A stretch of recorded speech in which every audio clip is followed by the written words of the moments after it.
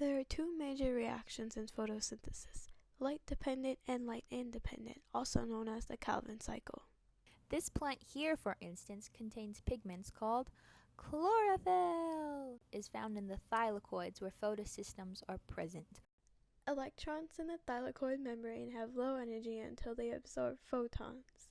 They are then converted into chemical energy and removed from the photosystems. Electrons removed from the photosystems must be replaced. This is done by the process of photolysis, where the solar energy is used to split water molecules.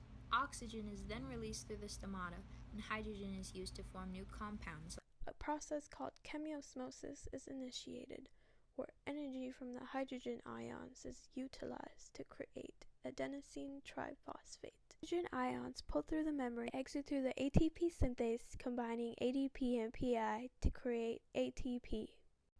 All this energy is used in the Krebs cycle, taking carbon dioxide from the environment to create G3Ps, a sugar that's used to create carbohydrates such as starch, and most importantly, glucose. To summarize, plants use pigments like chlorophyll to capture photons from visible light. Red and blue hues are predominantly more absorbed than green hues, hence the color of plants. Plants also have pores called stomata that allows intake and release of CO2 and O2. The light reactions occur in the thylakoid membrane, where the photosystems supply electrons with photons. The electrons become excited once they have absorbed photons, then replaced by hydrogen ions, and oxygen is released.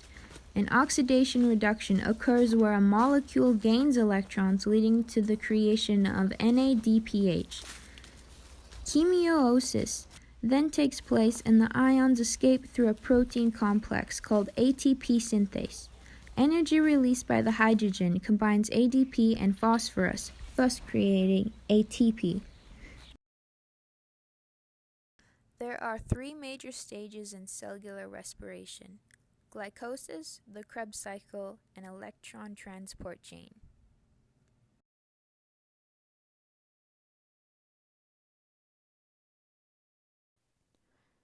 Glycosis occurs in the cytoplasm and does not require oxygen. It uses ATP to turn glucose into pyruvate with a net yield of 2 ATPs and NADH.